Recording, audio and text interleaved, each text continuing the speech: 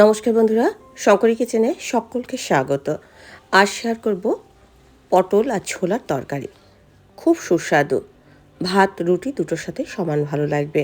আর সম্পূর্ণ নিরামিষভাবে তৈরি, পেঁয়াজ রসুনের ব্যবহার নেই। পটলটা আমরা অনেকভাবে করে খেয়ে থাকি, একবার এইভাবে করে খেয়ে দেখুন, আশা করছি আপনাদের ভালোই লাগবে। আজকে রান্নার প্রধান উপকরণ হচ্ছে পটল। আমি এখানে 250 গ্রাম পটল নিয়েছি আর 1 বাটি ভেজানো ছোলা নিয়েছি। পটলের খোসাগুলো আমি ছাড়িয়ে নিয়েছি আর গোল গোল চাকা চাকা করে কেটে নিয়েছি। পটলে এবার আমি নুন আর হলুদ মাখিয়ে 10 মিনিট মতো রেস্ট দেব। আজকের রেসিপিটা দেখার পর আপনাদের যদি ভালো লাগে তাহলে অবশ্যই একটা লাইক, শেয়ার ও কমেন্ট করবেন। বেল আইকন সমেত আমার চ্যানেলটা সাবস্ক্রাইব করে আমার পাশে থাকবেন। বেল আইকনটা ক্লিক করা থাকলে আমার যে কোনো রেসিপি বা আমি যাই আপলোড করি না কেন সবার আগে নোটিফিকেশন আপনার কাছেই পৌঁছে যাবে। রান্নাটা আমি সর্ষের তেলে করব। তেলটা খুব ভালো করে গরম করে নিয়েছি। তারপর পটলগুলো আমি ওই তেলের মধ্যে ভেজে নেব। পটলগুলো নুন হলুদ মাখানোর ফলে পটলটা সফট হয়ে আছে। আর এখন ভালো করে ভেজে নিয়ে পটলগুলো আমি অন্য পাত্রে তুলে রাখবো। আমি এই পটল ভাজার তেলেতেই রান্নাটা করব। আপনারা চাইলে অল্প তেলে পটলটা ভেজে তারপর আবার তেল দিয়ে রান্নাটা শুরু করতে পারেন। অনেক সময় পটল ভাজা তেলের তরকারি যদি করা হয় তাহলে তরকারিটা একটু কালো কালো হয়। এই রান্নায় ফোড়নে আমি দিচ্ছি 5 ফোড়ন। এখানে 1 চা চামচ মতো 5 ফোড়ন, 2টো তেজপাতা দিলাম, একটু হিং ফোড়ন দেব। হিং খুব বেশি না, অল্প পরিমাণে হিং দিলাম। তেলের মধ্যে এটা নাড়াচাড়া করে নিচ্ছি। গ্যাসের ফ্লেমটা এখন একদম কম করা রয়েছে। কালারের জন্য আমি এখানে কাশ্মীরি লঙ্কার গুঁড়ো দিলাম আর দিলাম হলুদ গুঁড়ো, দুটোই আমি 1/2 চা চামচ করে দিয়ে দিলাম। এবার আমি ভেজানো ছোলাটা দিয়ে তেলের মধ্যে নাড়াচাড়া করব।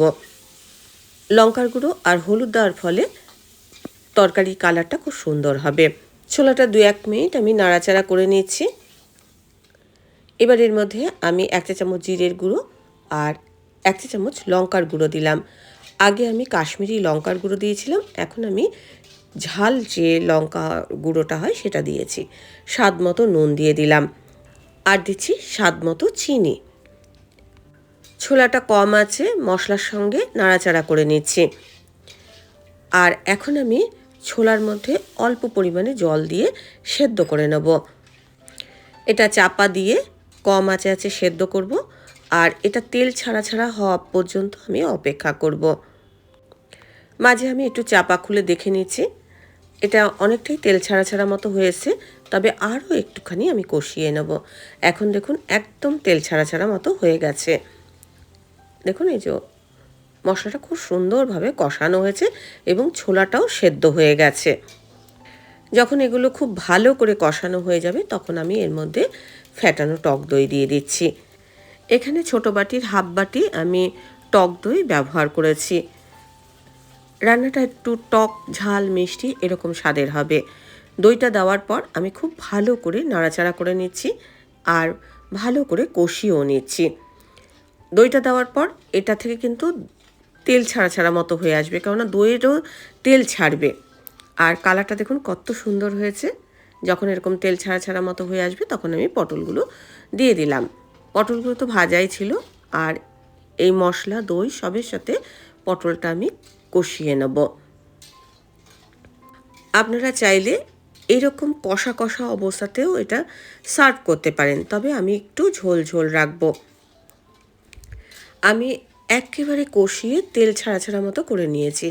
দেখুন একদম গায়ের মধ্যে মশলাগুলো লেগে রয়েছে। এবার আমি অল্প পরিমাণে জল দিয়ে এটা ফুটিয়ে নেব। আমি এটা ভাতের সাথেও সার্ভ করব, তাই আমি একটুখানি জল দিয়েছি।